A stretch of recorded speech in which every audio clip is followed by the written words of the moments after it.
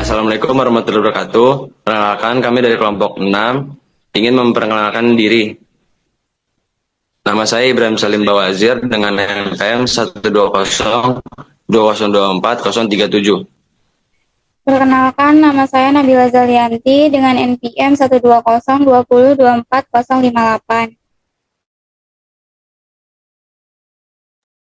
Perkenalkan, nama saya Hafiz Ubaidillah Al-Jauziyah dengan NPM 12020240034. Perkenalkan, nama saya Siti Juwaria dengan NPM 12020240082. Perkenalkan, nama saya Aska Nafisa dengan NPM 12020240012. Perkenalkan, nama saya Yutika Hayati dengan NPM 12020240097.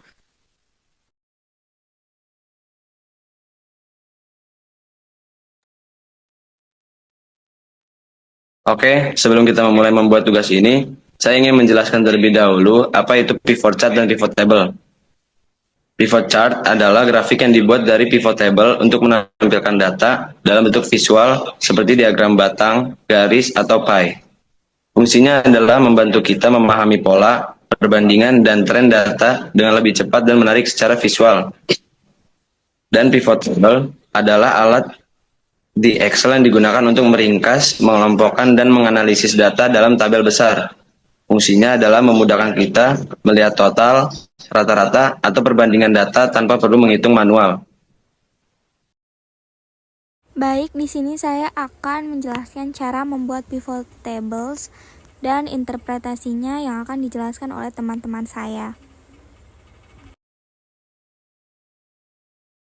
Langkah pertama, kita masuk terlebih dahulu ke file datanya. Lalu kita blok seluruh datanya dengan menekan CTR dan A secara bersamaan. Setelah diblok, lalu kita masuk ke insert, kita pilih table.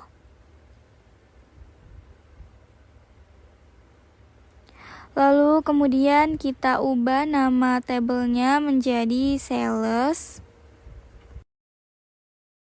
Lalu kita blok seluruh datanya dengan menekan CTRL dan A secara bersamaan. Lalu kita masuk ke insert, lalu pilih pivot table.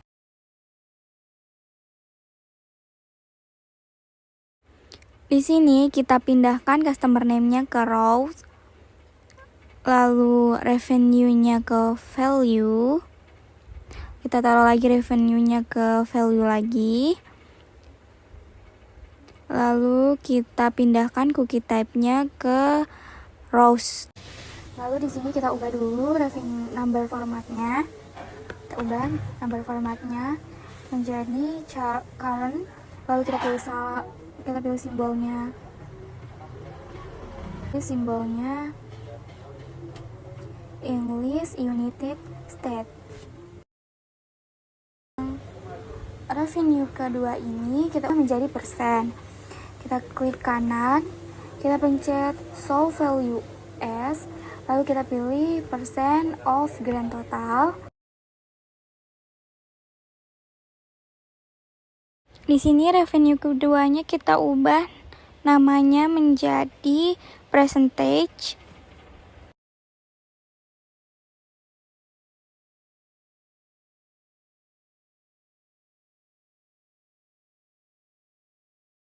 Balik ke soal yang A, jelaskan customer mana yang mendatangkan keuntungan paling besar pada oatmeal raisin. Lalu kita masuk ke pivot table tadi. Supaya cara mencarinya lebih mudah, cookie type-nya ditaruh di atas customer name. Setelah sudah seperti ini, kita bisa lebih mudah mencarinya. Lalu, kita cari keuntungan paling besar pada oatmeal raisin, yaitu ada di 7,94% dengan nama customernya Amazin. Lalu, soal yang B, jelaskan customer mana yang mendatangkan keuntungan paling besar pada sugar.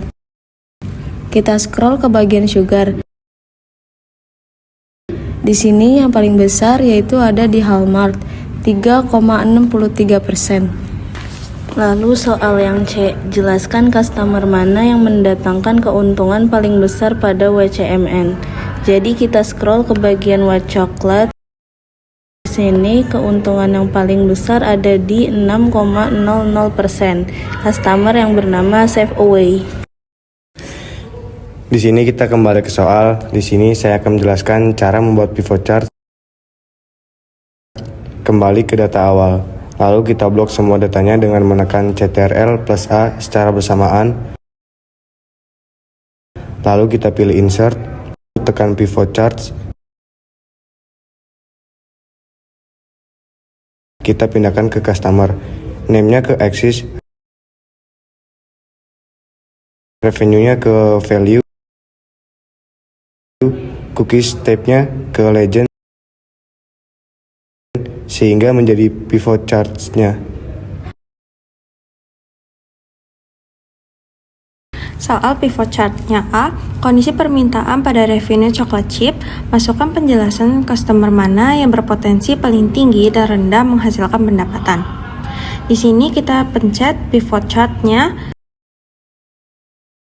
lalu kita klik cookie type-nya, kita pilih yang coklat chip, sehingga di sini customer yang menguntungkan paling tinggi Amazon dan yang paling rendah adalah Wholesome Food. Lanjut ke soal B, kondisi permintaan customer pada revenue fortune cookies, masukkan penjelasan customer mana yang berpotensi paling tinggi dan rendah menghasilkan pendapatan. Di sini kita klik cookie type, kita pilih fortune cookie. Di sini customer yang paling tinggi adalah Save Away. Yang paling rendah itu ada di Wholesome Food. Sekian dari kelompok 6, kurang lebihnya mohon maaf. Wassalamualaikum warahmatullahi wabarakatuh.